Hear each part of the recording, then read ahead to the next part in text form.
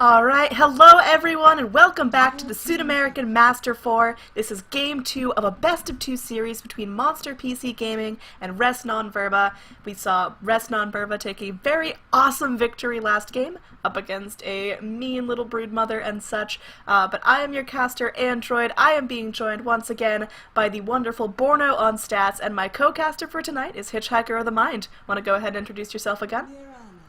Hey everybody, Hitch here. You can find me on Twitter at HitchhikerMind. Find out all the cool things that are happening around my life. But right now, we're excited to dive into see what Monster PC Gaming is going to bring back. I mean, they last picked the Broodmother last time. They've, kind of outside the pick boxes as well. And as with all the teams in this, so I'm excited to get this kicked off. Alright, hold on one sec. I think we have a little bit of an issue. Well, it's alright. It's all good. That's part of the fun of issues. Do you want me to keep going over what we got, or? Yes. Just go ahead and check the TeamSpeak right quick. Our first pick is Marana. I think that is a really, really interesting first pick, and it's interesting because she can be played in any position. She can be hard support, she can be roaming position 4, which is how we see her most often. She can be mid, I've seen it work well, and she can also be core. So I'm not exactly sure how they're going to lane her, but Verba, they respond to that by picking the combo we talked about last time, which is Faceless Void, off lane, comboed with a Witch Doctor. That is incredible synergy right there. The team fights are going to be insane. One of my favorite combos to watch, too. I love this combo. As long as the Witch Doctor remembers not to put the ward inside of the chrono. We've seen a few, even in the high pro games, been accidentally clicking a little too close to that chrono, and that'll waste your death ward. Yeah, it's unfortunate, but if you combo it just right and make those little Venn diagrams overlap, you can just absolutely wreck the entire other team. But Monster PC, they're going to respond to that by going for a Bat Rider, which is such a heavy disable hero. Interesting. That combined with the Marana, if you combo correctly at the lasso into the arrow, that's pretty much a guaranteed kill. Yeah, I think they can use the Bat Rider to completely take out someone from the fight, whether it's the Faceless Void, whether it is whatever position 1 hero Verba decide to pick up. We have a lot of possibility here on the side of Monster PC for how they want to use this. Yeah, it's kind of interesting because we see the Verba going straight team fights, so we know exactly what their plan is going to be. Unlike last time, where they kind of waited to see what they were going to show their hand with, and Monster PC, with the Marana not knowing where she's going to go, and Bat Rider could go, a few different places. So it's kind of switched from last game where we got a ban on techies, by the way. Okay, so that's a thing. That happened. Interesting. I guess they're worried about being annoyed. Yeah, I mean, techies, he's kind of a nuisance, and I guess Verba, I don't know if they have any known techies players on their teams, but Monster PCs certainly don't want to deal with it. They want to be able to roam freely, and I think that's a really key thing. Perhaps hinting that the Marana is a position 4 roamer, going to be going around setting up arrows for the cores in the mid. But Verba, they've got a lot of ways to respond to this. Yeah, definitely, and they bet out the Bane and the Silencer on their own, so maybe they're thinking of grabbing the Invoker this time. Because last time it was on Monster PC, and he went from that split push build. I'd be interested to see, with this teamfight combo, Invoker does it incredibly well at the chrono as well. I mean, you can drop a meatball onto people who are inside the chrono, you can throw pretty much all your spells into it, so I'd be surprised not to see them pick that up here. Yeah, I completely agree. Silencer banned out by Verba. I like that. I think Silencer needs to be taken out of the pool when you have such spell-dependent heroes. We've got an Enchantress. Where is she going? Is this a position 4 Enchantress? I would guess Jungle Enchantress, just by the way they've got it set up, unless they're planning on going Core Void. Alright, well, Monster PC gonna be going once again to back to that Ursa pickup. Do you think it was successful enough last game to warrant a second pick? With the disable that they have now, I think it will make the difference between it. Because they had only really the only hard disable they had was the Lion last game. With these two, might be able to make it work. Because I think they felt that they were so close to winning that game. If that Sven hadn't gotten out of control, they would have had it. So I think they're thinking going a similar route, just with a little more lockdown. So I would, with that being picked up, do you think we'll see a mid Bat Rider possibly? It's definitely possible. I've seen it run by Navi, actually, quite a bit. But I don't know if it's going to work out in this situation. We've got Lion picked up as a secondary support, probably a position 5. So yeah, it's definitely possible Batrider goes mid. I'd say it's more typical he offlanes, but we will have to see. Be kind of an interesting matchup because I guess with the Invoker picked up, it might not be the best for him anymore, but it's something I've seen and I kind of like because once you get Firefly online, you can just clear out the waves pretty easily and get in, get out. That being said, yeah, the Invoker pickup, no surprises there, and I think that. What do you think? Maybe the safe lane Void, or do you think they're going to Enchantress jungle? I think it's most likely going to be Enchantress jungle rotating into lane to help with kills, trying to get her level 6 as fast as possible, but Faceless Void, I mean, he doesn't really do much else aside from being a really stable offlaner, whereas Enchantress, she's much more mobile. I've seen her run as an offlaner, Enchantress, in North American Dota a lot. I don't know how much that carries over into South American, but we will have to see. Definitely. We got a bat out on a Lina and a Weaver, so no escaping and getting away with the Weaver, and none of that position 5 Lina, I guess they were worried about. 10 seconds remaining. Yeah. Or no, they were the ones who ran the Lina. They just banned it out because they can see the potential with that Lion. Yeah, so... Or maybe they're just banning out mid laners. It's possible they're just banning out mid laners because they either don't catch on to the fact that the Batrider could be mid, or that they want to make it even harder for the Batrider to have a successful lane. I'm not quite sure. But Resna and Verba, we're down to their last pick now. What do they still need here? Let's see, with that, 10 seconds remaining. it looks like they're going to need maybe another support here, unless they... Oh no, they're going core Morphling, never mind. Yeah, I like that a lot. I think that's really successful. They've got the Witch Doctor to babysit him in lane until he's able to be unkillable by morphing strength like no one's business, and well, then the Witch Doctor can start roaming with the Faceless Void, and they've got incredible damage potential here on Resna and Verba. Oh man, and the escape from the Morphling is going to be really key against that Ursa later, because the Ursa's never going to be able to catch it. What? Yep, that is Okay. certainly a thing that's happening. Tinker is going to be mid, Batrider's going to be off lane, Ursa is core, Lion's going to be babysitting him, and Mirana is going to be roaming. The potential for Mirana to combo extremely well with the Tinker is huge, and I really, really like that those two are picked up together. Yeah, I mean, it's one of those, if you have a Tinker player and you know how to make it work, then picking up Mirana is exactly the way to do that. Actually, with the burst coming out from the Tinker, this might be a great way to counter out that Invoker. Yeah, it's got potential. I think Tinker, what he needs to do is get in lane. He needs to not die in his lane a lot.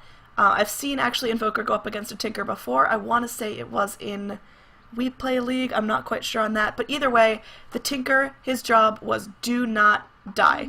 And once he gets his level 6, he can start rotating, he can start doing some crazy things with the farm he's gotten, but if Invoker kills him too many times early game, TG is going to have a very, very rough time doing anything.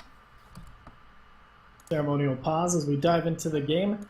I'm interested to see if, because Tinker, there's a lot of burst on RNV with, well, burst potential, I should say. So with him roaming around, he's going to have to be right on in his rotations. With the Ursa going into the safe lane, we know how that works, but this time it's going to be Miracle on mid. Interesting enough. Hohenstaufen, since he played Verba the last time, is now going to take over the line. Tom Crowley, instead of playing the Ursa, is going to be on the Batrider. Interesting switch-ups going up from PG. Or, sorry, from MPG. Yeah, I mean... some drawings on the map.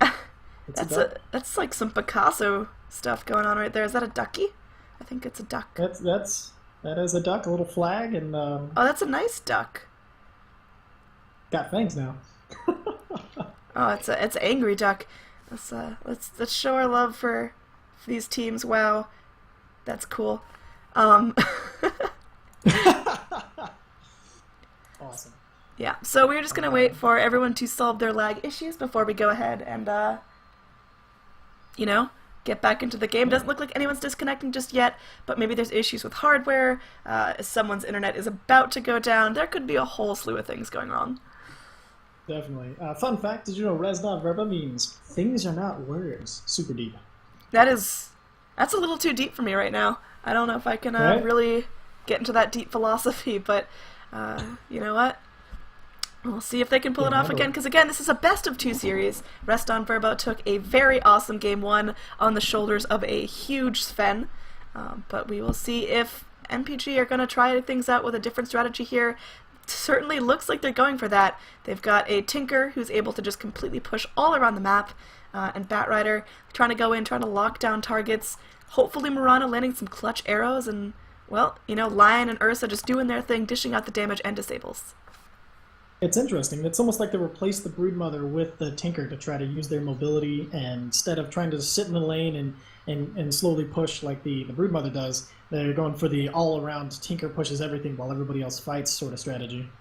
Yeah, and I think that, you know, maybe it's just their playstyle, but we have to make sure it works better than last game because, you know, Tinker's a lot easier to punish than a Broodmother. You know, last game we saw Broodmother not really get manhandled too much early game. Yeah, she died a couple times, but she was able to get back in it and apply that pressure. If Tinker gets massacred mid, there's no way he comes back.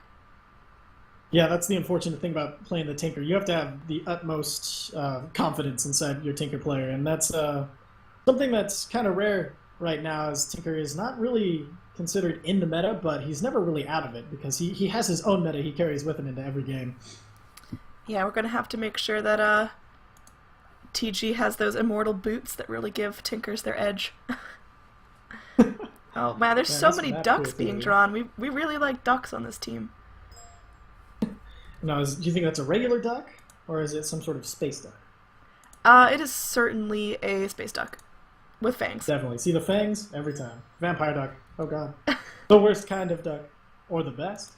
Our stats man is contributing, saying that it is clearly a penguin. I will fight him after the match to prove that this is a duck. Ooh. Oh, you duck represent the ducks. That is not a penguin. It is Yeah, what yellow. kind of penguins It you is- been looking at in Egypt, man? Oh, he says it's a walrus now. Now we know he's trolling.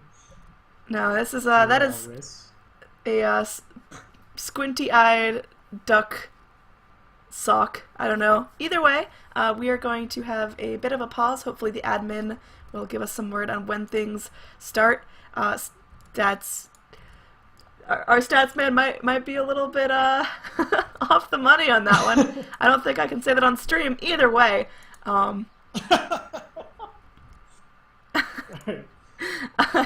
sorry. It's been a very long day, but I am super excited to be back casting the Sudamerican Master 4. This will be the third season of the Sudamerican Master that I'm covering, and I am super grateful for the opportunity. This is the tournament where I got my start last year.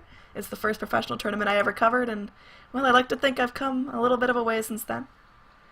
You definitely have. I'm actually so basically I'm you last year. Well, that's kind of exciting. Oh, you're the new If I can get kid. anywhere near your, if I can get anywhere near your level of success, I'll be super happy with it. You've done really well in such a short amount of time. Oh, thank you. Yeah, it's been a year of casting as much as I can, and I am really, really excited to be going full-time in a couple of months and seeing what I can do with that. So hopefully we get everyone loaded back into the match so we can get on with the casting and drive my career forward, because it's all about me. No, it's all about these teams. These teams are both, like we mentioned earlier, the open qualifier teams that grinded their way up through God knows how many teams to get a spot in the Sudamerican Master, and now it is all on the line. They're facing it head-to-head, so we will see if one team emerges victorious or if it's a 1-1 split. Let's see if Fresno and Verba can get their Morphling the same size they got the Sven, it's definitely going to go their way. But at the same time, if that Tinker doesn't die, I think it might be they don't really have enough lockdown. They're going to have to blow Chronos just to kill him off later. And honestly, that's not too bad of a use of a Chrono. I've seen Voids be really, really successful if they continually just get one-man Chronos. And yeah, it's a long cooldown, but if you can secure a kill every, 1.5, 2 minutes that Chrono's on cooldown, that is completely worth it. Oh, definitely. I actually like it when not afraid to blow the Chrono, because it's one of those, like, you'd rather secure the kill than be like, oh, okay, well, that almost happened. And then minutes later, yeah, there's a team fight, but if you don't get the exact perfect Chrono, I mean, your team fight might not even result in one kill if you get a bad Chrono. So if you have one secured, guaranteed kill Chrono, I say always take it. Yeah, it's one of those really high-risk, high-reward spells, but I love it when people just aren't afraid to just go in and be like, you know what, I'm going to try to Chrono you. If I kill you, awesome. If I ended up really regretting it because we get into a full 5-on-5 team fight in like 10 seconds, whoops, you know, Void isn't as effective as he needs to be, but that's alright. I think you gotta go for those big plays in order to really make yourself stand out. Definitely. Man, look at this Invoker. He is decked out. He's got the heaven-piercing pauldrons. He's got the Super Saiyan hair. Oh, I like his Goku Eel hair. cape. Right? Yeah, those shoulder pads really don't look efficient. Like, how do you look left or right? He doesn't need to. He just invokes spells and throws them wherever he needs. He just Alright. guesses. Ceremonial time seems to look at ultra effigies. Okay, we're gonna not look at that effigy anymore because... Okay, yeah, don't click on that one. That's a bad one to click. Alright, well we have a Techie's effigy here on Monster PC, so maybe there was a reason they banned out the Techies? Well, maybe. I mean, I guess, you know, if you gotta be wary. Somebody has an effigy of something that's usually... Oh, they have a Meepo one, too. Where? I don't see the Meepo one. Oh, there it is. A little bit to the south. Yashita, apparently. I don't know enough anime to speak Japanese or pretend I do. Hey, who told you I was pretending? I'm totally pretending. Alright, so... Oh. Some, I'm not quite sure who paused, bonkers. but it looks like Lion is the one disconnected, so... Hopefully he gets his internet issues sorted out soon before I lose my mind.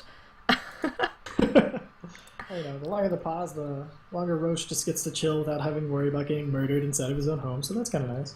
That is, that's pretty nice. I'm getting flashbacks and PTSD to the Sudamerican Master 2, I want to say, the playoffs, where I was casting with my good buddy Ted, and there was a 50-minute pause.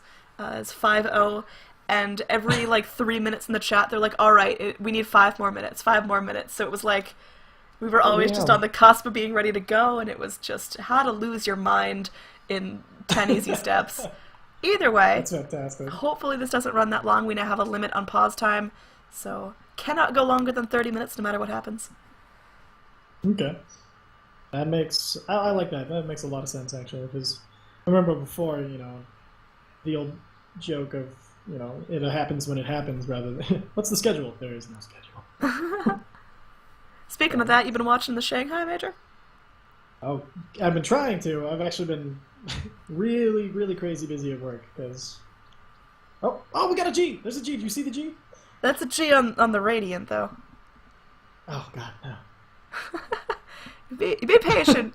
You'll hear the G's. You'll hear a chorus of G's when it's actually time to go. I just got overly excited. But I've been watching this. That's surprising to see... Albano is the Who's bathroom, big right? C. Alright. Well, Lion is reconnecting. Maybe he just really had to go to the bathroom. I'm not quite sure what they're talking about. Don't speak a whole lot of Spanish, but we are back in the game. And we're back out of the game. That is an admin pause, so hopefully it gets fixed very soon. Yeah, and we're back. Yay! Alright, now we can go ahead and introduce these teams. We've got a Sunstrike in base in typical Invoker fashion. But on the side of Resnon Verba, on the Radiant here, this team is 1 game up in this Best of 2 series. We've got GBL on the Invoker. Following him up, we're going to have SGG on the Witch Doctor. It's going to be Chromaz on this Carry Morphling. Right behind him, we're going to have Rama on potentially a Jungling Enchantress. Finally, no FX on this offlane Void. And on your Darius side, for Monster PC Gaming, you got Miracle taking over the reins of the Ursa. He's going to be supported in lane by Hohenstaufen on the Lion. Mid, Tinker is going to be TG. And you've got 2 standing in on the Mirana, getting ready to rock. And in the jungle, on the Radiant jungle, coming in is Tom Crowley on the Batrider. He goes in, plants a very aggressive ward here, gonna make sure they see the Witch Doctor at all times. It actually does not block camps, I don't believe, but still really, really great vision for Batrider to have, especially if he has a particularly tough time keeping track of where the Witch Doctor is. Definitely. Looks like we're going to have a rumble. I promised myself I wouldn't use that word. Here comes the arrow. Nothing. Yeah, I don't know if anyone's going to really do this. Void's going to time walk up to that cliff, and now Miracle is going to come in. He does have the Fury Swipes, just trying to keep Enchantress out, but it looks like the runes, again, going to go for a 1-1 split as Radiant opt to invest their resources bottom, so it's just going to be Tinker versus Invoker. I think Tinker benefits a little bit more from having that extra gold. He's able to get his items sooner, and as soon as he gets his items, he leaves the lane, so... You know, it's kind of that catch-22. Like, you want to make sure you control Invoker in lane as much as possible, but you also want to make sure you farm enough items so you can leave lane and push elsewhere. Definitely, and one of the beauties of having that roaming Mirana who can transition is once Tinker's out of lane, she can just move in and take over the lane without any worries. Yeah, she's one of those heroes that, you know, she can start supporting as hard as she can, but by the end she usually transitions to a semi-carry of sorts. Now we've got Void just going in, slapping some damage there onto the Lion, but I don't think anything real is going to come of that, and gotta make sure the Ursa doesn't come in. Lion does have that Earth Spike ready to go in a second if he needs it. He's just harassing that poor Void. Yeah, 4 stacks onto the of Sticky Napalm onto the Witch Doctor, and he gets ticked down to almost half life. Yeah, but again, I think that's expected on the Witch Doctor. I don't think he's going to try it and play up that aggressively. And Batrider, not getting lane XP, he's still sitting just above level 1, while Morphling, 1 more hit, and they're level 2. Interesting. The Enchantress playing really aggressive and supporting the Void from the jungle, the dire jungle, actually. Yeah, I think they're worried about the Batrider moving in. That's possible. It's also typically just how Enchantress runs. She kind of gets her creeps from the jungle, hops into lanes to get, you know, XP and hero kills, so she never is going to be too far from the lane. She's like half a support, half a jungle. She's in it for herself, but she also wants to make sure her lanes have the highest kill potential possible. And she got really lucky with creeps. Right off the bat, you get a Wild Ring Ripper and a Centaur Conqueror. Like, that's some... Those are excellent creeps to start out with. They changed the Centaur's faces and now they're ugly. Oh man, they are ugly. Well, she killed it, so, you know, it all works out. The Wild Ring harass with the tornadoes is always annoying. Yeah, I'm actually surprised we see no love for Chen in this tournament so far. It hasn't been picked or banned out in this Best of 2 series yet, so maybe it's just not commonly picked up in this meta, or teams just don't really want to have to deal with it or against it. It could be, I think... Yeah, I was also, like you, expecting a lot more Chen, but interesting, not a lot of rune control on this first... Like, they scouted out the regen rune for Tinker and kind of just sat him on it, but no one's going for that bottom bounty rune yet. Yeah, it's been sitting there for 40 seconds, and I'm really surprised Tinker isn't prioritizing that more. I think he needs to be filling up his bottle constantly, because he is so regen-based. Yeah, with him, the bottle's the difference between a kill and dying. Absolutely, especially before he's able to get those boots of travels and just cycle back to the fountain however many times he wants. Surprisingly, Chromaz is having kind of a difficult time last hitting in this bottom lane, like, taking a lot of damage from the creeps. He only has, you know, he's even with the Void who's top. Yeah, but I mean, Batrider's not getting a whole lot of the lane, so it doesn't really matter if he struggles, because Batrider's not really applying the pressure to capitalize on that mistake. True, very true. Well, Enchantress coming back into the lane once again. She's got her Hellbear Smasher, gonna be clapping up, but misses the Ursa, so it was almost bear versus bear there for a second. Unfortunately, we have no full action. Invoker just barely dodging an arrow that would have been absolutely lethal to him.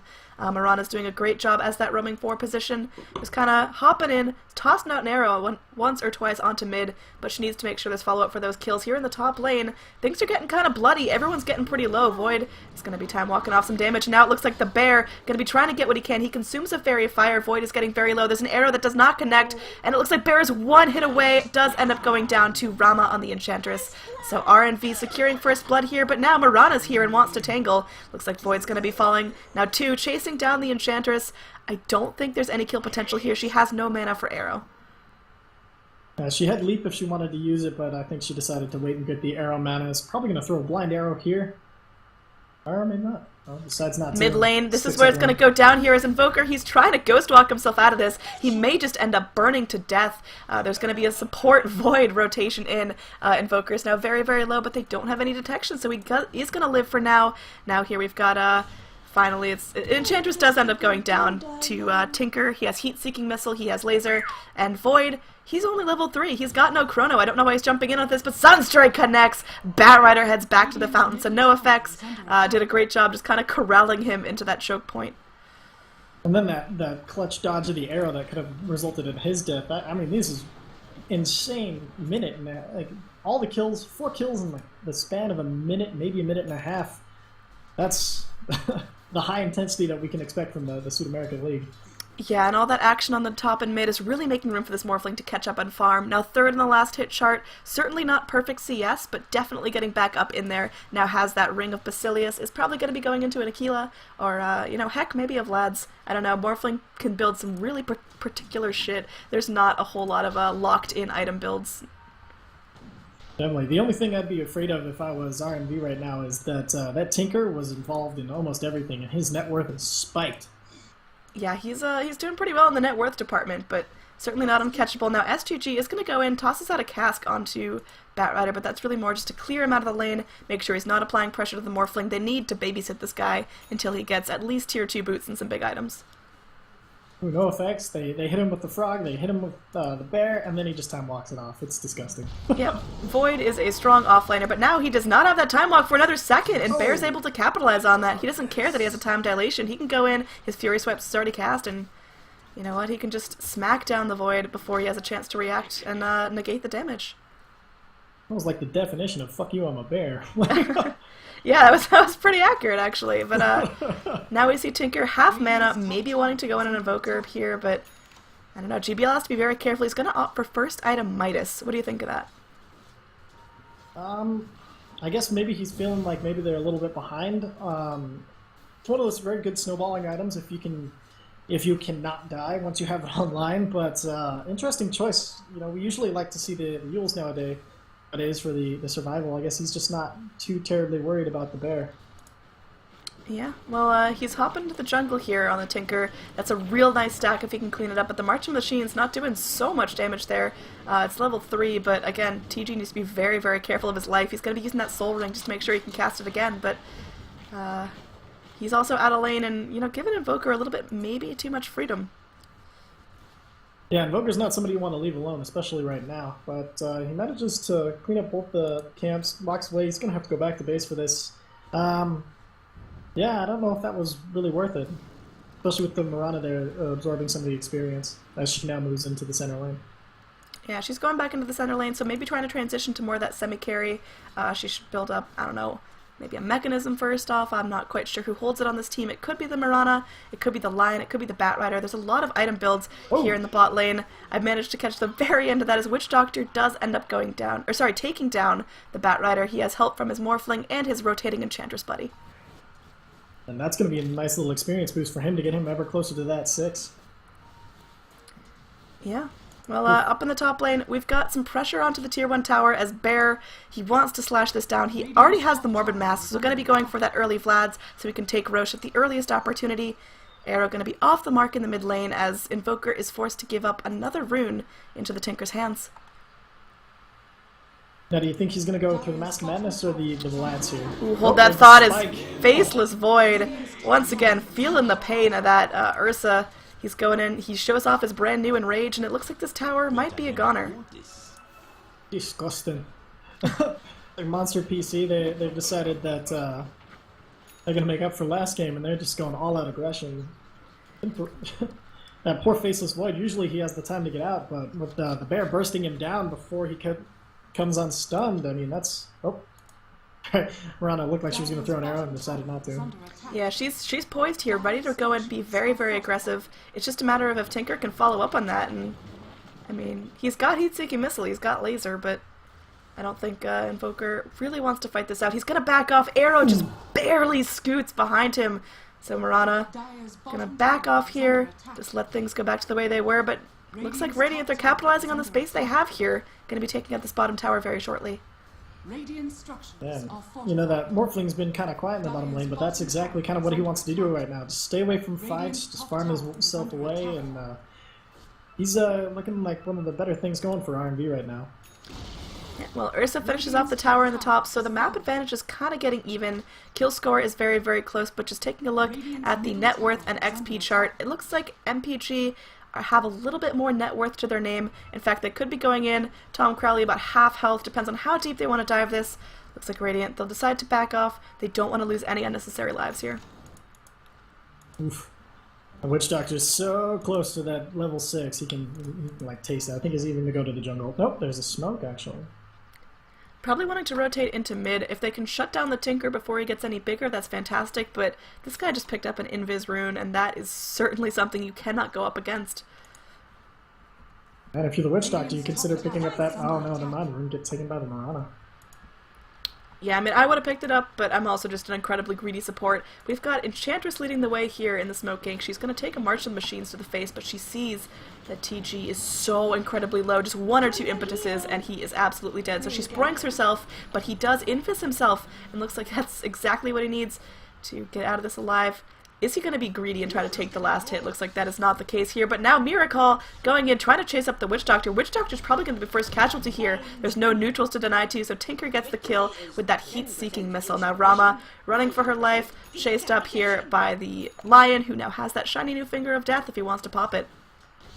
Earthspike gonna connect onto 2, and now Bear comes in, just slapping down everyone. The new Chrono comes in, connects on 2 dire heroes, but Bear is still out of the fight. In fact, Void just running away with his life. He takes an arrow to the face. Oh man, he takes one of those flame breaks, and that's just absolutely a recipe for a dead Void. So it looks like MPG, they're really starting to take charge of the kill score here. Man, just they turn around that really low Tinker. He manages to get the Invis rune off, bottles himself up, and then he's just ready to fight again. And that's one of the scary things. He already has his BOTs, so the Tinker game now begins. Looks like a Roche attempt is going to come out here from the Ursa. That's on par with what I'd like to see him take. And he already has the Poor Man's Shield. He's got the Vlad's. Sunstrike comes through, but I mean, Radiant, they know about this, but I don't know if there's much they can do about this. The Roche is already almost down, and it looks like Ursa going to be picking up that nice, shiny, new Aegis the Immortal, and he's definitely able to fight with this now. We've seen how much he can do with only 1 life, and now he's got 2.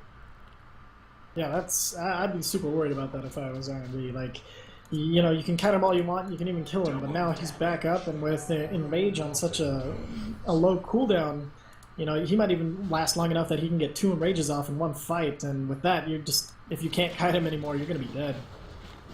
Yeah, well, I mean, Tinker, he's got those Boots of Travels now, so he's going to be doing his job, kind of cleaning out the other lanes, but you're leaving Invoker to free farm, and yeah, his net worth isn't great, but he can certainly catch up. Right now he's taking Ancients with the Forged Spirits, and he's got a kill to his name, so he's certainly not down and out of this.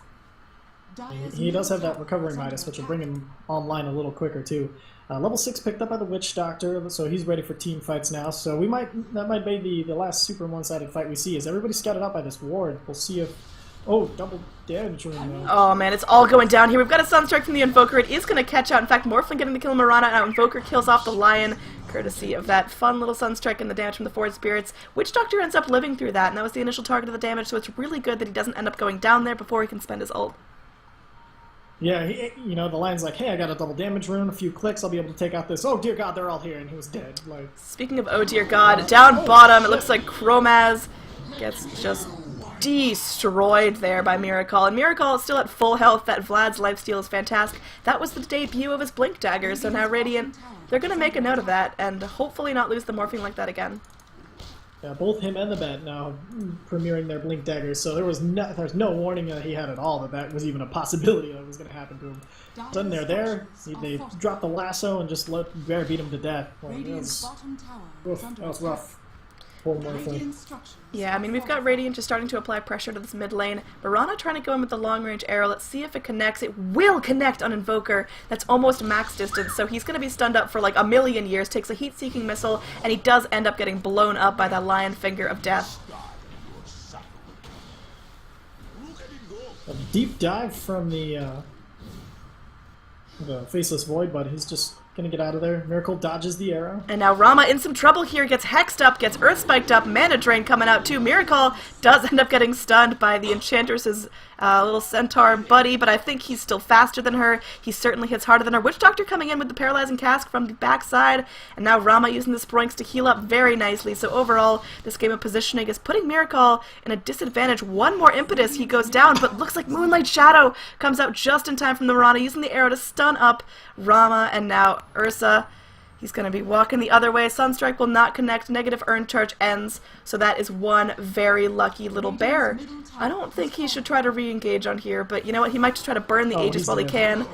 Yeah, okay. He's really, really dead. I mean, he dodges the Sunstrike and everything, and then I think, yeah, you're right. Maybe he's like, okay, Aegis is going to be up here in a second. Might as well go into this next team fight because we don't want to give up pushing because we have a Tinker who can be out and in 20. All right. Well, Marana, a little bit seconds. out of position there. Gets herself low, but I think she's all right. And now Chrono?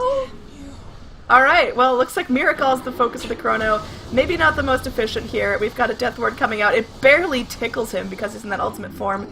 He does end up going down to both Witch Doctor and the Enchantress share the credit for that kill. Batrider now fleeing for his life, and Radiant make a successful defense of their Tier 2 tower. Meanwhile, in the back, and Morphling dove in on Marana and melted her before she could get anything done. So they don't have to worry about arrows for that fight. Here comes TG. Drops then marches. Dire's middle tower is under Wow, is Krumaz going to go dive deep for this one? I don't know if he's really that big. Either way, he's making space. I think he's... Dire's middle tower Yeah. has fallen. I think he's thinking, bears down, I'm good, I can morph strength out of most anything other than that bear. Ooh, TP canceled at the last second, going to be debuting that nice lasso, and finally there's going to be an Earth Spike to follow up, locking the Morphling in place. He can morph strength, but I don't think he can live through this. We're going to have a Mirana coming through as well, but Cold Snap from the Invoker might end up getting a return kill on the Batrider. Morphling is actually still alive, morphing strength the best that he can. Time dilation comes through, does end up stopping the Tinker in his tracks, but now I think Dire trying to get out of this one. They might catch out the Invoker, who goes back in. Very greedy play from him. Arrow does not connect, unfortunately. That was a really nice try. We do have a heat-seeking missile here from TC, getting everyone very, very low. I think the Radiant are going to remain alive. My god, the aggression from both teams. Neither one wanting to the other feel too comfortable in their own skins. Like, with all of the machines everywhere, and then the Morphling jumping back and forth, all the stuns. This is one of the higher paced games I've ever even watched. Everybody's just determined to get kills. Yeah, and it seems almost a little bit hasty here from RNV. They got a Morphling, which is a hero that needs time to sit back, get items. I'm not quite sure why he feels so comfortable pushing out so far without his Lincolns completed yet. Yeah, he is playing it on the very edge of comfortable Dota for me. I think he's feeling that if he doesn't do this, that he's going to fall behind, and then that the mid-game spike of MPG is going to just overpower him. But, is it worth it? Yeah, there's a fine line between confident play and reckless. Yeah, they're pinging out Roche. He's not going to be up yet, though, so... DD, the Rune of Destiny, chilling, waiting for somebody to come and get it. For a minute and a half. Yeah. I think now everybody's gotten a little tired of fighting. They're like, okay, we need to farm. Everybody calm down. Definitely so, and yeah, just gonna go back to fighting here. Who do you think has the stronger mid-game? Mid-game, I'd say Monster PC has it just by the way that the Tinker is farming. And with the Ursa, of course, as soon as he's got his blink, he's ready to fight. So I'd say they have a bit stronger just because... Faceless, his Chronos can be great for lockdown, but unless they're comboed with a Death Ward, they're going to be a little bit hard to get the damage into everybody. So they have to concentrate. They can't split up as much as MPG is able to, so MPG can push a few different things at a time. Well, the the Ghost Walk is going to get him out of that. In fact, Ursa could end up paying for this. Oh, wow. He gets chronoed, and well, that's some really nice reaction here from the Radiant. And Moonlight Shadow going to be popped to make sure the Lion gets out just fine. We are going to have Mirana try to reinitiate things with an arrow. I don't know if this works out for her, and now there's the Invoker just walking into Mirana, is going to be trying to melt her down as fast as possible. Witch Doctor barely getting out alive, and Mirana does fall, so Dire biting off more than they can chew, and certainly not getting the best of that engage. Yeah, they lose two heroes, they waste the finger. Man, that was a really good fight for R&V. I think with that, the Invoker comes up to second on net worth, because he was trailing the Ursa until that death. Yeah, well, we've got some mini-map doodles going on, but we'll have to see if any more ducks come through. Well, Maz, he's almost got something going here. His Lincoln Sphere is almost ready to go, but he's going to be online in time for the next team fight, because it seems like right now he has to kind of do a bit of dodging around. Because he's trying to stay out of the team fights now. Like you said, he needs to concentrate on farming, but with the Ursa and the Tinker just being everywhere, he has to really worry about some of the burst here. He might even not be morphing as much into agility as he'd be comfortable with, because you can farm much faster with that agility morph, but he's just not feeling safe with it fully morphed into agi.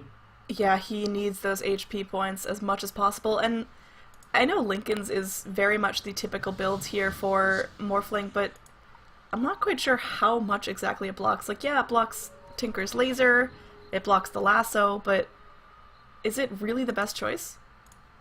I'm not a big fan of it against Lions, because Lions can just throw that, you know, the mana suck, and then that pops it instantly, and then they have everything else still at their command. So, not the strongest choice, I think. I think maybe he should have gone something a little more farm heavy, maybe even begin with a Yasha, go into a Manta style, so he can push out a little more to counter the Tinker's push. But, and, I mean, it's never like a horrible choice, because it's one of those things that can just randomly save you from death, as we see a smoke coming out from MPG.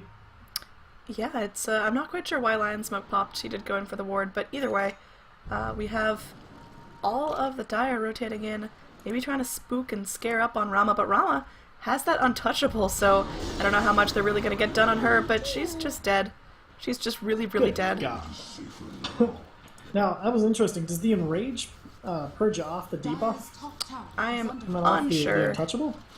Because it seemed like he was hitting a little faster than he would have if she was completely untouchable. And, I mean, she only has 3 points in it, so maybe it's not the most broken skill in the game, but I don't know. Either way, Lion... See, Javelin picked up by Ursa. Do you think he's going to go Basher? Absolutely, I think Abyssal Blade would be fantastic this game. Just more control for for Team MPG. Oh, Yeah. top tower getting... Alright, we've got a Chrono here, but Void can't get close enough to actually do the... No, Witch Doctor! That's not how it works anymore! You can't put the Death Ward in the Chrono, it won't go off. Either way, we've got Ursa just clearing out the wave. There's gonna be more TPs in. Does he try to reinitiate here onto the Radiant Heroes? Mirana, she's got an arrow in 2 seconds, but I think the big wad of Radiant Heroes is enough to fend off the Dire. Yeah, that poor Invoker. He's like, okay, I think we're good. Oh, no, Bear! And he just got taken out. I think it's going to be a Skull Basher recipe picked up. And that's going to be a full Skull Basher for the Ursa, making him snowball even a little bit harder than he was. But with the Tinker down, you don't have the control of your lanes that you have. Yeah, I mean... Oh, wow.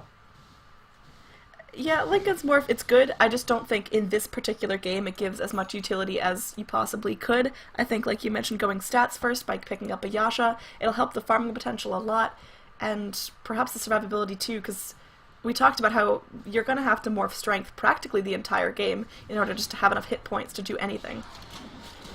Definitely. And with that, Invoker's finished up his Ags, so we're going to see some of those big Invoker combos coming out here soon, which, with the way that MPG, if they group up just wrong, they're going to be in trouble. Absolutely, and I think there's another Roche coming out. Yeah, that's going to come down for them for anyway, because MPG, they are heroes that do really well by, you know, especially Ursa, getting up and getting in the fight. Batrider with his lasso, Ursa with just, you know, the way he plays and the fact that he's a melee hero that wants to chase you down and smack you out. But now Invoker with the Ags, we've got the Faceless Void Chronosphere, as well as the Witch Doctor Ultimate. Those are all heroes that really, really punish getting up close and personal. Yeah, I'm actually Ursa thinking about it. Maybe he'll stop here for the BKB rather than going straight for the Abyssal. Just because that'll really change how he's going to be able to move in these fights. Yeah, that would definitely be the best option here. Morphling might be in a little bit of trouble. Might end up hopping back to the Replicate as Dire is starting to apply some real pressure to this bottom tower. You know, fighting into an Aegis Roche, or Aegis Ursa is never fun. It just walks into some casual damage to the tower as the machines start doing their damage as well. Forge Spirit's going to come in and try to clean up anything, but I mean, everybody is waiting for this fight, except for Tinker, who is doing his Tinker thing. Oh, I don't know if this was the best Chrono. They are going to secure the kill on Ursa, but again, you know, he doesn't even go down. His lifesteal is too strong for now. He will pop the Aegis on the back lines of this. He's going to come back at full health, full mana, and full potential to just go in and kill everyone. So Dire don't really lose a whole lot except for the Aegis, and Radiant, they lose the Faceless Void, who popped the Chrono and didn't get a whole lot out of it. Yeah, it was kind of unfortunate. Had he known that the rest of the team were there, the long-distance arrow coming in from Mirana, really keeping him from doing anything. Oh, see that? Enchantress, she tried to enchant the creep to prevent Tinker from TPing in, but it doesn't work that way, apparently. Yeah, it doesn't work. I've actually seen people try to do that before, but I believe Chen Domination stops it, Enchantress doesn't. Either way, TG now... Religion is stronger than that booty. So Radiant, they're desperately trying to keep this tower up, but how much space are they really wasting? With the Tinker being able to push in the other lanes, they're actually wasting. They're kind of limited in what they can do. They don't have anybody with BOTs to kind of counter it. Even if they did, they couldn't keep up with him. And then Ursa's just wandering up into the jungle. Then he's going to come back to the tower. Keeping their whole team here is exactly what Monster PC want to be doing, and they're doing it perfectly. Yeah, and Monster PC, they definitely have a more authoritative style this game than last. They're not being pushed around by the Radiant. They're going in, they're being the aggressors, and it's really paying off. But right now, TG needs to be a little bit careful. He has to hop out of this before the Radiant sniff him out. Man, he is everywhere. He's just blinking back and forth. The way that you love to see Tinkers play, you know, this is one of those games that if you're a Tinker player, at the end of it, you have to take a 10-minute pause and massage your hand back into life. I completely agree. He's really been everywhere, doing everything they need to do. That March of the Machines is working out so well for him. He does now have the Dagon started up, so he's going to be playing that dirty style Dota. Oh, he comes in, the Morphling tries to go for the waveform, and he just gets out. The Linken's are going to prevent him getting lasered, and then that's enough to get the Morphling nervous. He'll jump back to his replicate and miss out on some of that farm. Yeah, so currently Tinker is pushing out all 3 lanes. Exactly what he needs to do, but it seems like his team doesn't really want to force anything just yet. Ursa, no Aegis, but it's still going to be a fairly sizable respawn time on Roche. Yeah, I think maybe they're going to be the ones waiting for Roche to feel comfortable again, because I think their thought is with the Aegis we have pretty much a secure kill for free on their team, at least one, and then maybe some follow up with that. Tinker will keep us comfortable. Ursa's just going to keep farming up the jungle here as we get a push top coming from Radiant. Yeah, the Dire are really scared to initiate on this. They know Invoker's there because of the Forge Spirits. They're going to Earth Spike them up just so the Forge Spirits stop giving vision of the Dire heroes, so maybe they can rotate and defend this tower. Again, it's just a tier 1, and we are at almost 30 minutes in the game, so it's not the end of the world if this goes down, but giving Radiant any little bit of map advantage is going to hurt the Tinker tremendously. And speaking of hurt the Tinker, we've got a solo chrono, we've got a Sunstrike just going to be polishing him off, but now Ursa's here. Ursa's going to get stunned up temporarily, but does end up finishing off the Enchantress. Now Finger of Death comes through, polishing off the Invoker.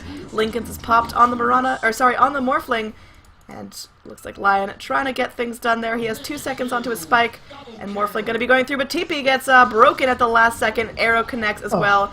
Batrider going through, Morph is morphing strength as fast as possible, but triple kill for the Ursa. That's good. That is very good for MPG. That's exactly what they need out of the fight. Losing Tinker is never ideal, because now we can't be applying pressure to other lanes, but holy moly, RNV can't keep dying like this. Such a good turnaround. And did you see what they had an excellent initiation. They threw the Glimmer Cape onto the Faceless Void so we could get in and get that good solo chrono. They thought, hey, we're doing right. And then they split up, which is the one thing they couldn't do there. A little bit of miscommunication. So Faceless Void gets dragged back. He tries to get away to the right while Lion chases him down. They did a perfect job of just pulling the team apart and then taking him down one by one, which is Ursa's. He's great at just single target explosions. Yeah, that was good, and I'm not sure if I agree with the choice to single target chrono. We mentioned how it's really, really crucial to go in and just make sure you're getting a kill with it every 100-something seconds that it's up, but if you know that there's more than just one Dire hero there, you really gotta conserve it, especially if you're going into a position at the moment where it seems like a team fight is imminent. Yeah, it's kind of an interesting choice there. They had the Forge Spirits scouting out. Well, they knew multiple heroes were there and decided to go for it anyway. I think maybe they thought, if we kill him, then, it takes some of the pressure off of our lanes. Maybe they were thinking, get in, get out, but not be able to get out quick enough that time. Yeah. Now Radiant forced to group up completely, which, their lineup isn't terrible for grouping up. They got the Morphling split pushing, but he's up against a Tinker right now and getting melted down just by March of the Machines. Oof. Looks like he's picked up an ultimate orb. You're gonna go with Scotty after this. A little too defensive, I think. They need a little bit more damage on the side of RNV. I don't mind the Scotty at all. I think it's a really smart pickoff, but the question is how quickly can you get it, because you need a lot more farm, and Morphling is now scared to be in lane against pretty much anyone, because he knows Tinker can hop in at any time, and Chromaz is not that big, ferocious water droplet we need him to be at this point. It's 30 minutes in the game, and he's not even close to the top of the net worth chart. Yeah, he's all the way down to 4th. Here comes... Oh! And this is going to be a Glimmer Cape. And finally, Witch Doctor is going to be the target of the aggression. The Impetus does connect. There's going to be a Moonlight Shadow as well. The dust comes through from the Witch Doctor, revealing the Moonlight Shadow. So Dire probably looking for a clean disengage. There's going to be a smoke from the Radiant. Maybe trying to find something out of this. No effects. Going to be walking through the March of the Machines for the full duration. Now the Glimmer Cape being used, but Dire Courier maybe being used to bait, but no. Radiant going to be going through. They're trying to find, what's his face? Lion. Lion gets blown up, but that is a worthwhile sacrifice. Especially considering that Tinker, nowhere near danger, continues to push up both the top and bottom lanes. I mean, the fact that they still have a tier 1 tower 30 minutes in is really compliment to this Tinker being able to keep just all the towers alive once he came online. They might end up losing it here, though, and I think, you know, it's fine if they do. We're going to have a rotation in from the Tinker, maybe trying to just march the machines, clean this out, a couple heat-seeking missiles, but you've got all of the Radiant heroes ready to go and ready to just blow you up, so there's going to be some danger here. We've got a Chrono at the ready. Are they going to catch him out? Looks like no. Tinker is able to get back. They've got a Sunstrike. Not going to find anything worthwhile. So tier 1 tower probably going to be the sacrifice here, but we do have the Ursa ready to defend this. Does he want to jump into 5 heroes, though? He's got a brand new BKB, 10 charges. Tinker's going to be coming back here onto this range creep, and it's not going to be killed off fast enough. Morphling tries to go through the waveform to make sure the creep is dead, and Tinker can't complete the TP, but it doesn't work. The Replicate scouting out the Ursa, that kind of, you know, not bad. Oh, they're going to throw the Chrono on it. I don't know. Oh, okay, they're just throwing everything at it. And dodges the arrow this time. Alright, so Ursa goes down, and that's a really, really huge kill. That's 909 gold going in Witch Doctor's pockets, and that's going to be most likely the foundation of his Ags, unless he wants to go for some mobility or panic Yules. His Ags would definitely be a good step in the right direction for RNB, because with that Ags, then the Chrono becomes extra scary, because everybody in it is susceptible, not just one person. Interesting note, Faceless Void bought a blink, sold a blink, and then bought another one, and it looked like he bought 2 blinks on the sidebar. That would be a brand new meta build. Just, you know, pick up 6 slot blink daggers, you're unstoppable. Anyway. Blink daggers, they're everywhere you want to be. We are going to have Dire kind of posturing up in the jungle, maybe looking to stop this rotation. Mirana, she's got her level 3 arrow ready to go and stop things. There's going to be a smoke here from the Dire. She's going to arrow defensively. Oh. Trying to see if anything goes through. Tinker ends up getting picked off by the Morphling. That is a huge kill here in the mid lane, and now it looks like Lion might be in a whole heap of trouble getting cold snapped up. He's trying to do what he can. He goes for the Earth Spike, and it looks like they're going to keep the Lion alive for now. They're going to get the kill on the Morphling, and now Invoker is the one running for his life. Leap from the Mirana goes through. The arrow connects. Fantastic arrow from Mirana, making sure GBL is not going to get out of this one to tell his story. So up top, tier 2 falls. They lose half their team, though. I'd say Morphling and Invoker are the most 2 priority targets on the Radiant, and they fall. Oh man, that was such good team fight coming out from MPG. They have the bat blinking in just in time to save the Lion, who saved his finger until it was absolutely needed. Because it's so tempting to just try to blow up the Morphling, but he pops the Lincoln exactly the way he should, goes for the spike, holds off on the finger, and then ends up not needing it on the Invoker and saves it just enough to pick off the running away Invoker bottom. Like, that was, oh man, they blow up the Morphling, the Invoker, all within that short amount of time. It's just such good team play, because, you know, one-on-one, nobody on their team is going to be able to man fight them, but just being able to stun everybody up and control them like that is really impressive. Alright, so over here in the mid lane, we've got the purple point booster buddies. That's going to be Ags coming out for both Faceless Void and the Witch Doctor. What do you think of that? I think... No, of course, Witch Doctor, there's never not a good reason to get an Ags. On the cooldown on Chronosphere with the Scepter might be, you know, being able to have it always at the ready like that, because it's down to just a minute cooldown. It might be worth it, but it's the way a lot of people are building them nowadays. They go for that kind of stand and fight rather than the burst damage that he used to be. So I like the Ags choice on Void.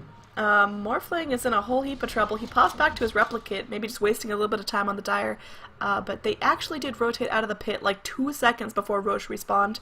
Maybe they're going to try to recheck that and secure themselves the 3rd Roche of the game. Chromaz actually not going for the... I was kind of like we thought he's going for the Manta style. I like that. I like that a lot. I think that's going to give him a little bit of survivability. It's going to be able to have him juke some spells if he needs to, and one of his weaknesses is that, you know, he has the replicate, but that's really his only escape, and now he's got the Manta. He can confuse the Dire, make them split up their targets, and, well, that's going to be, hopefully, at least a couple of lives saved. Definitely, and with that agi increase, he now has some serious farming that he can get done. I think. Oh man, if he can dodge the finger, if he's got the quick enough fingers, I just love this pickup on Morphling. Dire's middle Well, we've tower got our is Roche under attempt coming out. It seems pretty much unscouted out by the Radiant. They might catch wind of it. If not, they don't really care. They're going to let Ursa have it. They've had some success breaking his Aegis because it seems like he's just playing a little bit overconfident. Yeah, I think he feels like he has to be the aggressor. He's trying to initiate and stuff, but he keeps diving in I feel like a little bit too soon. And while the rest of the team is like, wait, we're almost there. And then with this, he can absolutely do that. Maybe get a pick off, die, and then come back and be ready for the whole team fight. Yeah, well, certainly Dire trying to keep applying the pressure with the Tinker. Looks like the tier 2 will be pushed once again. Radiant are posturing up in this top lane. What else is there for them to get here aside from clearing out the Dire jungle? Because they can't go high ground just yet. I'm a little bit confused myself, actually. It looks like they're maybe just trying to get some kills going, but... And that might be happening here. We've got a Chrono on the line. Time Dilation comes through as well. Void running back and forth, just completely panicked as Invoker is going to be the first to die here. Tinker kills off the Witch Doctor as well. Here in the backlands, Chromass is going to be feeling the pain. He goes down as well. So all of the high priority targets in the Radiant go down. In fact, Faceless Void might too. He gets back to base safely, but this is certainly Dire, showing that they are still very much in control of this game. They let off the Enchantress. She's all invis runed up. That's perhaps the only reason she's out of the fight safely. Void gets out, TPs to base, but I mean, they're scared. Everyone on this game is scared right now. That was ugly for the Radiant. Like you said, it was curious to see why they were there at all. Like, they're probably not ready to push high ground, so maybe they thought they could get a few pickoffs, and they ended up getting picked off themselves. Oh, they see the ward drop from Hohenstaufen and quickly just ward it, but that's always a dangerous ward if it goes unseen. Yeah. Full uphill vision. Being able to spook around in the base is certainly a big thing. Here we've got Batrider. He's got his Blink, maybe even just a little bit of a bait there, trying to see what spells he can force out. Faceless Void, no Chrono just yet. So he's definitely making space here as the Radiant now defending their top racks. Meanwhile, bottom goes down. Poof. That was some good play from the Batrider, just by he got time dilation, he got an earn charge, all for just to jump in and blink out. I've got a pause coming out. So Crowley. Yeah. Take a look at Tinker's items. He is feeling really good. At this point, he's 7 slotted, probably going to be letting go of... What does he drop here? Does he let go of the bottle? Because I feel like Soul Ring is too valuable not to hold on to. Yeah, I'd agree. Getting rid of the bottle for the BKB. Interesting, he's left the Dagon at level 1 in favor of going the Scythe of Vice and everything. I really like that, because it gives the extra lockdown, so Ursa has even more kill potential. I like that, instead of trying to go his own pickoff style of the Dagon. Yeah, we've already seen the Scythe of Vice come in handy in these fights, as Morphling got scythed up. My goodness, I can't talk. And that made it impossible for Morphling to hop away to the Replicate. So... I definitely agree that it was smart to go Scythe. BKB, I feel like, is very situational on Tinker, and I don't know if it's exactly necessary. Of course he wants to stay alive. I'd say BKB is 100% core on Ursa, but do you think he should have foregone the BKB for a couple more minutes to level up the Dagon to the point where it actually has a huge impact on squishy heroes like the Invoker and the Witch Doctor? I would have liked the higher level Dagon, just because Invoker, yeah, you have the BKB, but that's purely defensive. You're going to dodge a lot of his spells, and you might be able to kill him. But if you go Dagon, you can just burst him down before he has a chance to do anything. You've got your Scythe to keep him controlled while you hit him with the Dagon, all your spells, use your rearm, and then he's dead. And other than that, what are you really worried about? Chronosphere is going to stop you anyway. The Death Ward's going to hit you anyway. The Enchantress Impetus. I mean, there's not really that much to be BKB afraid of other than the Invoker. So I think, I mean, it's never a bad thing to have a BKB, of course, but yeah, the Dagon's just a little more fun, I guess. Yeah, I love to see it, because it's one of those absolutely just like, screw you items, like, hey, Witch Doctor, you want to be in the fight? You've got no health, whoops. But yeah, Oh god, poor Witch Doctor would be destroyed by that thing. Witch Doctor, Dagon 5 combined with either a laser or a heat-seeking missile, he is just absolutely back in the fountain. There's no way he lives through that. So we are going to have a G called out from RNV. We're just waiting on confirmation from MPG that they're all set to go, and we'll hop back into this. We're 37 minutes in the game, so XP and Gold are both going heavily in favor of MPG. I'd say it's their game to throw, but the high ground defense is certainly there from RNV. Oh, interesting. They glimmered the replicate of the Faceless Void to try to bait them into attacking it, and it might work here. They blow everything on it there. It's the arrow. That was actually pretty neat. I mean, they blow some stuff on it. They didn't blow the real huge spells. You know, there wasn't any Moonlight Shadow ganks, no Finger of Death, no Ursa Ultimate, so it makes a little bit of space, but again, if Radiant are all completely turtling together, they're always going to lose because Tinker's always going to be pushing in every single lane. And he's still doing just that. He's keeping his bottle in Soul Ring for now, actually. It seems like... Oh, no, he's just bottling up. Let's see if he switches it out. Yep. And what he switches it out for? Oh, there it is. Yep. Perfect.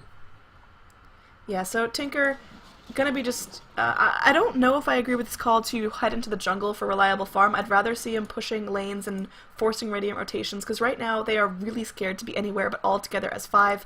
Up in the top, we've got Invoker all alone, but I really disagree with this. I think he's going to get punished severely as Ursa comes in. Invoker might be trying to TP out right now. He actually has no room for a TP. So he's just going to be using those boots, but he goes in. He's got a Ghost Walk, gets back, so he jukes the Ursa a fair amount. Good job making space, but that could have easily gone not his way. Oh man, he actually the Spirit's doing serious damage to Miracle as they get him to the minus armor, and he has to blow. Wow, he would after the Sunstrike. He had to blow overpower just to get enough lifesteal to stay alive. It's not the place you want to be, but he's got that Abyssal Blade completed now, so that is one farmed bear. The top of the net worth chart goes the way of Tinker, though, and that's no surprise here. We've got a lasso connecting onto SGG. I think that is a dead Witch Doctor. Finger of Death destroys him from half health. And finally, Forged Spirits are going to be the target of the aggression. I love the tornado coming out from the Invoker. It's like, oh, there's a chance he could... Then the finger came through, and then you're like, okay, yeah, he's dead. I saw there was a gem at some point in the game. It is being held by the Bat Rider right now, and I think that's really, really useful, especially when Witch Doctor's been using his Glimmer Cape so well. Yeah, and he was using it for not only himself, but the getting in with the Faceless Void, so that's going to be a little bit of trouble when they're going for their initiations, which has been one of their strong suits. This is a dead Enchantress. She just has to sit here and watch it. There's going to be an arrow coming through, not even needed, as Tinker shows off that shiny new Dagon and blows her the heck up. So I'm not quite sure what her game impact has been. In terms of net worth, she's third from the bottom. She's died 5 times and only has 1 kill for herself. She's got the Dragon Lance, she's got the Ags, which are the items she needs to get to be useful. Hold that thought as Tinker might be in some trouble. He has the BKB, he's trying to TP out, they're going to chrono him, and they do get him down. That's a huge kill for RNV.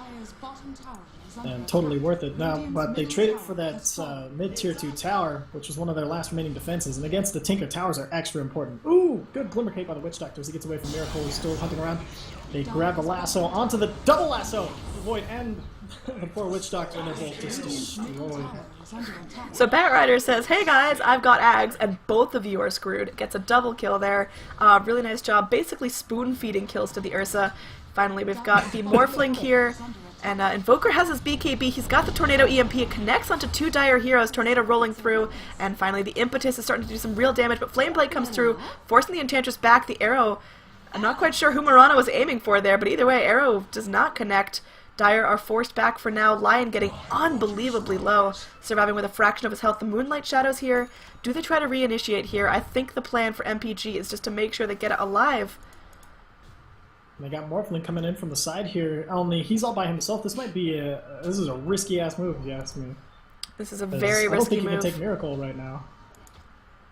I mean, he's gonna try. He throws out that Alright, so Bear's going in. He's got the BKB. He may end up falling. In fact, he does, and that's a non-Aegis Bear. So that really pays off for them. Another Tornado EMP. They're gonna get Bat Rider as well. There's no way he's getting out of that one. So Dire overstayed their welcome and really paid the price for that. Wow, that was some fantastic team play coming out from RNV. They just kept the bear from doing anything, and then the impetus following him around, and then they looked like they were going to disengage. The bear finds the Morphling, decides to go for it, and then here comes that long-range tornado to keep him in place, and they're just managing to find exactly what they need again. RNV, same as last game, they looked like they were a little bit behind. They start getting a few pickoffs. They start to snowball. And Chromaz, he's not scary as he was on the Sven, but he has he's up to 4K gold. We'll see what he decides to do with it. Alright, so Enchantress is now holding a Radiant Gem. Rama taking a lot of damage here from the March from the Machine. She needs to be very, very careful. Arrow's going to be off the mark from the Marana. She's going to earn herself back up. Now, Invoker coming through. He has the Tornado EMP. It is going to connect onto 2. And finally, Tinker, Marana, maybe learning their place, not wanting to give anything up, but this is going to be a high ground attempt from the Radiant. I wouldn't have expected this. We said they needed to play more aggressively, and they certainly are. Rama takes a long-range arrow. She gets fingered to death, and it looks like the gem is going to go the way of the Invoker. So if you have to lose someone, that's not the worst person to lose, and they keep the gem. They apply a little bit of pressure, and Morphling continues to farm. Yeah, I think they really wanted to force out that Ursa buyback, but then the instant enchant went down, they were like, okay, yeah, we're out of here. Yeah, this is, it's looking like it could be an even game. I wouldn't say Radiant are totally out of it, but they have to be really careful here. Tom Crowley has to make sure he picks the real one. Looks like, oh, they picked the wrong one. That's so unfortunate. Oh, no. You could feel the defeat. He's almost a 5K.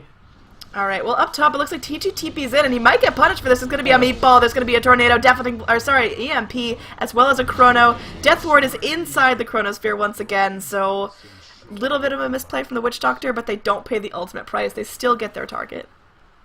Man, Tinker's starting to fall off a little bit here. He's starting to feel the lockdown that the Radiant is able to bring to the fights all of a sudden. So this is starting to really heavily go towards the Radiant's favor. I mean, they were down by over 12K, and now they're back up to almost 8. Yeah, I mean, we've got Invoker pressuring this top lane. He's going to be TPing out. Witch Doctor should follow suit, but he actually has no TP or Boots of Travel. Mid lane is where the action's going to go down. We've got a single lasso target here onto Rama. Gem of True Sight does end up falling from the Invoker. Now Lion going to be running for his life. Hopefully someone picks up that gem. It looks like it will go onto the Morphling. We've got a long-range Finger of Death. Gets down the Enchantress, and now Dire, they're looking to really put themselves in a good position here. If they can get the Morphling, this is huge. They pop the Lincolns, they turn him into a pig, and now Void's here with the time dilation. Another BKB here from TG is going to pig up the Void again because he has that refresh on the Hex. Chromaz trying to do what he can to keep Dire Heroes at bay. There's just so much pressure coming out all over the place. Lion going to be force-staffing himself to safety. Tries to Earth Spike the Morphling, but it is blocked by the Lincoln Sphere. Man, these arrows just seem to keep finding random people during the fights. Whew. Roche is going to be respawning in, So like, much happening. right now. He's back up. And who's in a better position to take it? Obviously, Dire, they can take it quicker, but Radiant, they're not going to be stupid. They know that this next Roshan is going to be huge. The Aegis could win or lose the game right now.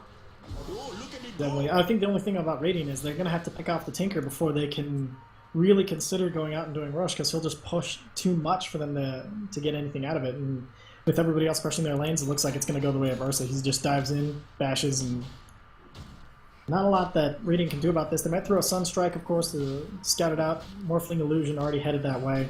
An easy shot. Morphling sitting on almost 6K gold. What is he gonna buy with this? I mean, he has over... I mean, in terms of saving for buyback, he's got 4K over that. I think you know my answer in terms of items I'd like to see picked up. I don't know if that's the smart choice. I want rapiers all over the game. I want every single person in the game to have a rapier, but it is... You know, my brain hadn't even gone there, but yes, he should totally go rapier. It's their only chance. Harris Chromaz, go rapier. It's their only chance. That's honestly my favorite item in the game because it just makes for some good Dota, but we will have to see. The gem's already changed hands like 10 times, so I don't know if that's the smartest pickup. It's definitely not the safest, that's for sure, but it's one of those game changers, that's for damn sure. Alright, so who's ever on the Radiant, this is not how you ward. You can't just drop them on the floor. They're gonna go back on the courier because they're running out of slots here, but Ursa jumps in, smacks out Rama. Looks like the Glimmer Cape might keep him alive for now. He takes a Lincoln Sphere as well, so really good job from the Radiant supporting their own. They keep the Enchantress alive there, but she's in no fighting shape. In fact, Batrider goes in, gets the final kill. So there's a gem on the deck. I don't think anyone's gonna be too keen on picking that up. Batrider gonna grab it back. He is gonna be going for... What's he grabbing? We've got Faceless Void on the back end, so here comes Tinker coming in. These poor Forge Spirits, they're like made of paper. Batrider's getting a Refresher Orb, so Radiant's middle tower I like that. I think it's very risky. Oh man, so he could, okay, potentially, he could have 4 people lasted at the same time. I would love to see that little parade going on. That would be fantastic. Alright, Batrider's going up. He's hunting for something. He has his ultimate. He's gonna catch out both the Witch Doctor and the Morphling. This is huge. But there's gonna be a Chronosphere, Meatball, Deafening Blast. Looks like Batrider is gonna pay for that. The Moonlight Shadow, not enough to keep him alive. Now Morphling buys back into the game after he was killed off by a Lion Finger of Death. TG might end up falling here as well. In fact, Tinker gets a kill and the Witch Doctor is currently alive with a sliver of health. But here in the main battlegrounds, it looks like Mirana goes in with a short-range arrow just to try to control the Faceless Void for now. She leaps to safety. Now Rama wants to go in with the impetus, but here in the base, we've got Miracle going to be picked off, and that is going to be a dead Ursa. Faceless Void tries to go in, and now it looks like Lion just trying to desperately cast Earth Spike, but he keeps getting frozen up, and he will fall before he can Earth Spike his way out of that one. I love when he finally gave up, is when he finally could have done it. He's like, screw it. Oh wait, no, I can... then he's dead. Whew. As a good hold, they actually don't end up losing a tower or a barracks, but that was a lot of buybacks on the side, including your Morphling buyback. Yeah, I mean, wow, RNV, they're actually holding this, and I wouldn't have thought that they'd be able to do so with such aggression and such push power coming out from MPG, but I mean, look at them. They're all on the dire side of the map. They're clearing out the lanes, except for the bottom lane. All the lanes are past the river, and now it looks like they have a really strong shot at taking racks. It's just the aggression coming out from MPG. They want kills so badly that maybe they're not focusing their objectives enough. Oh, and there goes the tower. Yeah, well, tower's out. They're going to use the Fortify for the racks, and I think that's the right call, but I think Radiant can just kind of outweight this. We have a buyback here from the Lion. There's going to be a double lasso dragging both Rama and Chromaz onto the tier 4s. I think Rama might end up paying with her life. The Sproinks are not going to save her. There's a gem on the deck. TG is here. He's angry. Chrono completely whiffing. In fact, only just tapping the Batrider on the wings, and now there's going to be Fingers of Death all over the place. TG trying to TP out. Does end up popping the Aegis on that one. He's going to be back in just a couple of seconds, but I don't know if Dire can continue to hold this. We've got the Ultra Deafening Blast coming out in the AoE. We're going to have lasers, Dagons, everything committed onto Invoker. Earth Spikes as well, trying to get him down, but he's just at half health. His mana pool is still there. Finally, it's going to be Mirana running for her life as the low health Witch Doctor will end up falling from the Tinker on the back lines. And there's going to be a Manta here from the Morphling. Up here on the high ground, we've got GBL trying to get away, and it looks like they're going to catch vision of him as there's going to be a Gem of True Sight on the Batrider.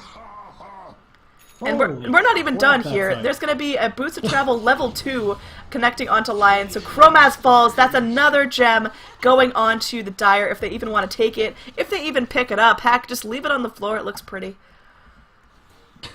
Oh my god, there's going to be a Hex here onto NoFX in the base. He's going to be leaping just to get back to his own fountain. So I think this is certainly a case where you can just kind of smack away at the racks. In terms of buyback, I don't believe Morphling has it.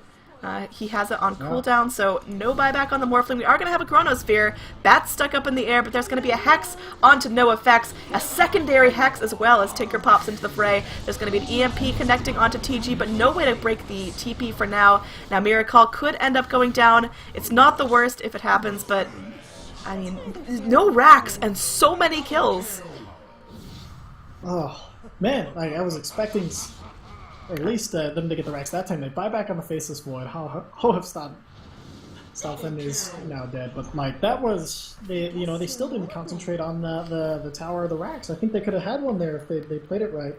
Yeah, objective gaming. One thing I'd like to point out is I think Morphling, by waiting so long to use his gold, has now lost most of it from dying twice, and now he picked up the quarterstaff, but I feel like if he would have prioritized bought a little sooner, maybe there could have been a different outcome to some of these pushes and fights. I mean, he's got the Eagle Song in the courier, so he is going to be going for that butterfly. But like you mentioned, the timing is going to be way off just because he did end up dying and buying back, and that's not what you want. But at the same time, now your Invoker has KB, Octarine, Aghanims, BOTs. That's a bit of encouragement. Alright, buyback from the Ursa, desperately trying to hold this top lane here. TG, he's in, he's doing some damage, hexes up Rama, and we're gonna have a Chrono here. Does catch out 2 Dire Heroes, Sunstrike as well. If TG goes down, this is just gonna be the end. That is incredible. Tinker buys back immediately, needs to keep this up. Miracle, he's here, but he's not as tanky as he needs to be. Now, No Effects is gonna be sheep sticked up, is gonna barely dodge an arrow that graces onto him, and now, finally, maybe Ursa gets a kill, but no! Ursa can't fall here. Looks like Tinker gets a kill in the Faceless Void, but Invoker kills the Ursa. Looks like, you know, Witch Doctor, he's gonna fall as well. Not a huge kill, though, but Tinker, he's not done. He's not ready to fall. Rama. Tinker is pissed. Yeah, he's angry right now. And hopefully they can... Oh no, they missed the Earth Spike here onto Rama. That is the most elusive little deer lady possible, but finally they get the kill. So Dire, they hold their top lane, but... this is looking really difficult. It seems like it's at such a stalemate. The fights keep going back and forth in terms of both XP and net worth. It's still in favor of MPG, but it feels like they're rapidly losing their grasp. Yeah, especially now that we have the Eagle Song. It has yet to be premiered by Morphling inside of a team fight, as he went to push out the bottom lane and jungle a little bit. The only thing now is the Faceless Void and the Enchantress both being down for 50 seconds. They need to use this opportunity to push the crap out of everything. Yeah, they need to be in the base now, and hopefully they get their act together and focus the buildings, because if they don't get mid-racks here, then I think they're gonna lose too much. They need to get this mid-racks. They need to at least have even, if not more, lanes of Mega Creeps. Interesting, TG has swapped out his Scythe for his bottle. He's still in the mana burn, I guess. He just wants to keep that... Or no, he's going back to switch it out now. He's got Yeah, he's got to switch it out now. Finally, the mid-tier 3 tower falls. They're going to be focusing racks. Tinker's going to be TPing... Oh, no, he cancels his TP onto Batrider. Maybe opting to... Yeah, he's going to head a little bit farther back, make sure he's safe, make sure he's not going to be immediately locked down. And that'll buy enough time for both of RND's heroes to come back up and online. Yeah, they kind of wasted their window there. We're going to have another Roche coming up very shortly, but I don't know how much longer you can let this game go, because Morphling is a late-game hero, finally starting to feel the effect on that. Sunstrike is going to reveal Batrider in the pit, but it's also going to show off that there's no Roche on just yet. Oh man, another gem picked up, or no, Enchantress ended up with the gem bought by Hohenstaufen. Well, I think Hohenstaufen has the one picked up by 2. So each team has the other's gem.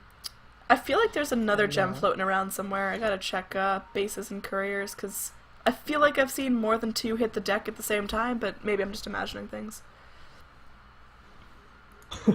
They're kind of elusive things out there. Either way, we've got a 5-man smoke here from the Radiant. They're heading towards the pit. This could be the end-all fight for both teams here. If this goes in favor of Radiant, they've easily got a window to take another lane of racks. If this goes in favor of the Dire, they can just tier 4s it. It is going to be scouted out. It's broken by Crowley. They're going to have a Chrono to start things off, but no one is inside it. This is looking really grim for the Radiant. Another drag. Lasso from the Batrider. He connects all. He gets the lasso off. Now Chromas is stuck on the top tower, and Chromas gets picked up, lasered up, daggoned up, and it looks like Dire are starting to run away from this. Leap from the Void takes away most of the damage, but now SGG gets smacked down completely, and Tinker, he's heading back. He's down for a full minute. Yeah, he's down for a full minute. The Roshan is now completely in Ursa's grasp. There's a gem here, way up on this mountain. I don't think anyone's going to get it. There's a Sunstrike from the Invoker, but we know there's no follow-up. It's just a tease, and now Dire pushing out both the bottom lane and the mid lane. They need to defend their tier 4s eventually. Man, the positioning on that Batrider was key in that, because he was sitting on the high ground with the ward, so he was able to break the smoke before they really had a chance to do anything. So when Faceless Void dove in, as soon as his smoke was broken, he was like, okay, I can get the Chrono. But then Roche being so far back in the pit, his Chrono was just a little bit off, and without that Chrono, they lost the fight pretty handily. Ooh, yeah, Miracle invised up. Miracle is invised up. He's picked up the Invis rune on his way out of the pit. There is still cheese in the pit. He's going to opt to put it on the courier, and we'll see who wants to pick that up. Tom Crawley, he does have the Flaming Lasso. Again, that's an Aghanim's Flaming Lasso. We saw him bust out the Refresher Orb as he was not satisfied with his first one in the team fight near the Roche pit. But it seems like, yeah, MPG are in a great place to push high ground, but they need to get pickoffs first, and it looks like that's what they're going to be trying to go for, as Miracle trying to make some space. We've got lassos coming in, and it's going to just drag the illusions, so no real effect from that. And now it looks like there's going to be a fight. We've got another Chrono here coming out from No Effects, cast the time dilation as well, but TG, he's feeling so good. He's got that BKB. They do end up getting down the Batrider, but now Chromaz, he's hexed up. There's going to be a Moonlight Shadow. Do they have vision? It looks like they will get some vision because of the Gems of True Sight. There's going to be an Earth Spike to try to break things out. No effects, no refresher, so Chronos are down for the next 40 seconds. But here, it's just going to be Invoker trying to do what he can to stop Miracle, who's got a BKB and doesn't really care about anything. He's smacking down the Invoker. Invoker is going to be Ghost Walking himself away. And now we've got the Tinker back in the fray. There's a tornado coming through, going to be locking up the heroes, and Miracle falls. That's just the Aegis, but all of the Radiant heroes are relatively healthy except for the dead Witch Doctors, and now it looks like the Marana as well as Miracle on his second life are trying to get out of the fight so desperately. Miracle will fall here. This is going to be absolutely huge. This is Radiant's window right now. They need to get up. They need to push. They need to get tier 4s. Completely agree. Man, you see that time dilation is really screwing Ursa in these later fights because he can't get his Fury Swipes off, or his Overpower off, and so he's just kind of like, you know, once he has the first burst, Asus Void is able to lock that up with his time dilations if he times it right, and then Ursa has to wait so long to bring those back that, you know, he's not doing as much damage as he needs to be doing against the amount of control coming out from RNV. Absolutely, I completely agree. Enchantress Mask of Madness, that's, we're at you know that... what? I know exactly what it is. That is awesome. He's doing it because she's the one doing the most damage to the Ursa while he has his BKB. Oh, so Chrono! Like, oh! Complete whiff on the Chronosphere. Oh, and he took a lot of damage too. But luckily he's got the Ags. It's only a minute, but that minute's going to be enough for that Ursa to come back online. That's heartbreaker. Yeah, sorry, I interrupted you about the Enchantress. What were you going to say on that? Oh, I was just going to say that she's doing the most damage to the Ursa while he has his BKB up, so she's thinking position right, drop the Mask of Madness and be able to make him, you know, have that overconfidence going in with the BKB and the Enrage, and she can still do serious damage to him, so. Alright, here we've got Batrider hunting for something. Tornado, EMP, Deafening Blast, all of Invoker's spells, essentially. Going to be using up the Marana, trying to keep her out of the fight. Chromaz wants to make something happen. There's going to be a sheep stick up onto GBL, and now it looks like Tom Crowley going in. He's got the refresher for his lasso if he wants to use that. Rama is going to be the first to fall in this engagement. She's going to get killed off by both the Batrider, Tinker, and the Lion. Now we've got the Death Ward coming in, doing some serious damage to the Tinker. He needs to be really careful of this. Now SGG hexed up. We've got a really good Chronosphere here from No Effects, who's going to get Yuled up. And Tom Crowley taking a lot of damage here. He wants to go in. There's no lasso to be found. Chromaz is still alive on the back lines of the fight. GBL is back as well. Gets hexed up. Miracle, you're in too deep. He does not have buyback, I don't believe. And now he's going to be using it right now. He just got buyback. Void's going to fall. Here we're going to see the Lincolns broken onto the Morphling. Can Tom Crowley go in? This is looking insane here. Both teams, such an even fight. We have an EMP, Deafening Blast, Meatball, and it is going to take out the Batrider. Right now, it looks like the Ursa's going to go in. He's going to immediately just try to focus down the Invoker. He's going to get stuck in this wall, though. We've got TG coming back as well. Chromaz smacking hard, but he's getting kind of low. He's not hitting as hard as he wants because of the more strength. There's going to be a Sunstrike. It is going to take out the Tinker. He buys back as well. Miracle falls. That's a die back. That could be GG as Invoker. He's got an Ultra Kill. And Witch Doctor's going to fall here. As TG, he's back into the fight. Invoker does end up going down. That's 880 gold going to Batrider. Now Chromaz, the last surviving member of the Radiant, he's going to be using himself just to try to get out of this. He's going to take an arrow and a Hex to secure the kill. My god. Crew resetting, right? Like, to keep going. It was an insane team fight. So much, like... But I think the biggest thing was the 4 buybacks coming out from the Dire. Like, without those buybacks, the game is over.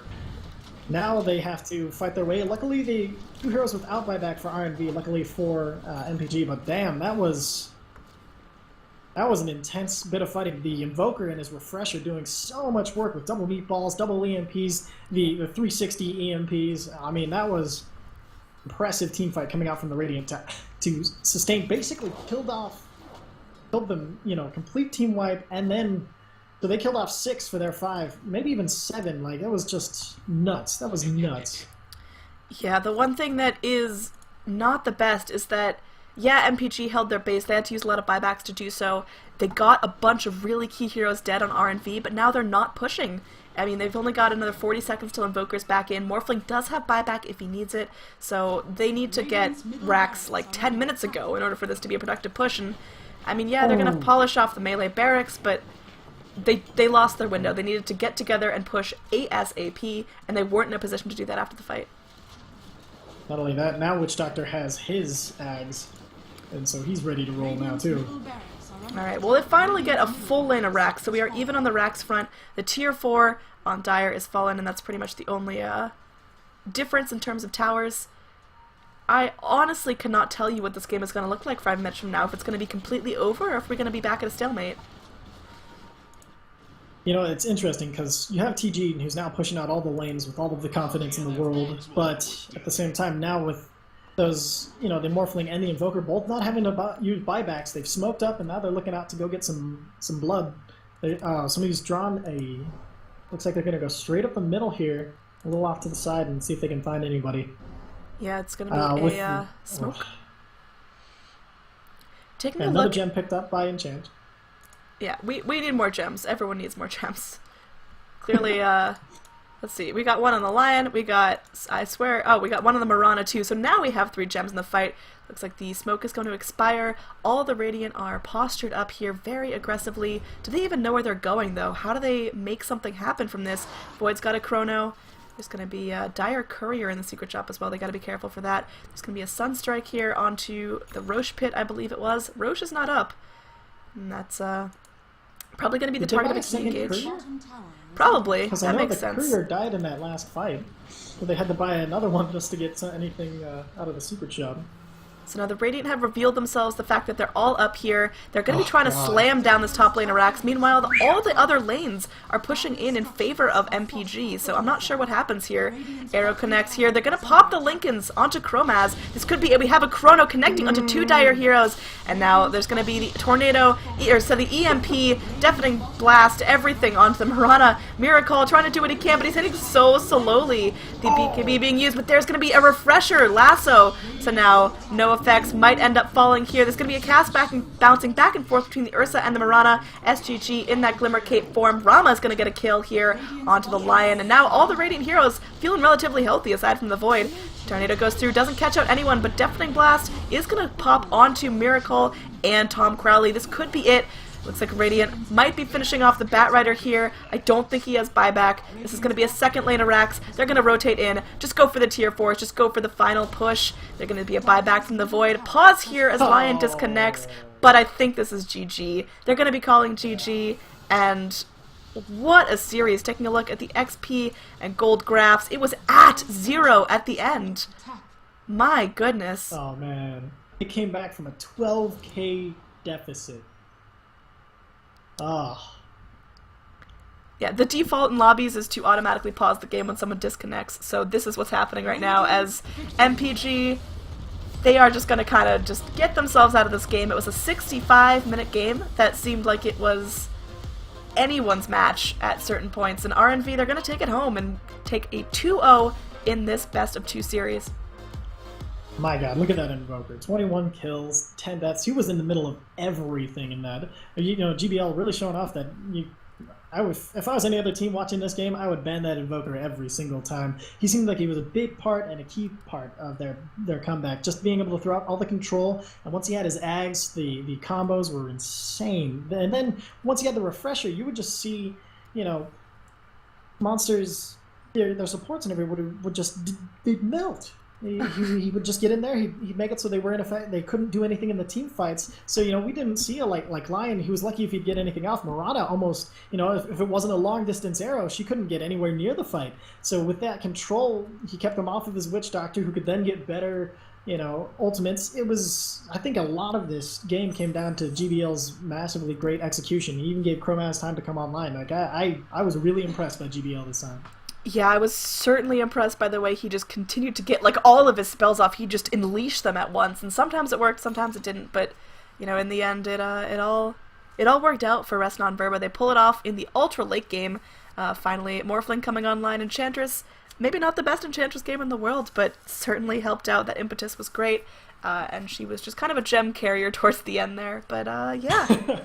This has been the Sudamerican Master 4 Resnon Verba versus Monster PC. So these are the two open qualifier teams facing head-to-head. Resnon Verba coming out victorious. Again, this is just the group stages, so MPG not completely tapped out of this, but they're going to be hurting for some points later on in the tournament. So I have been your caster, Android. You can find me on Twitch or Twitter or Reddit or whatever you want. Same handle, ANNEE. DROID. I'd love any feedback you have about the tournament or my casting. Always looking to improve. And my lovely co-caster, where can they find you? Hitchhiker of the Mind here. You can find me at HitchhikerMind on Twitter, or you can go to find me on Twitch. It's just twitch.com/HitchhikerOfTheMind, and easy to find. I also am looking for feedback because I'd like to improve anything and everything that I can do to make become a better caster for them. Alright, so this has concluded our broadcast for now, and I'm going to write you out with some music, and hopefully you'll come back tomorrow. It's going to be me and at TEDcasts covering, I'm not quite sure what match that is, but it's going to be at 5 p.m. EST. So stop back in at this channel at that time for some more good old South American Dota.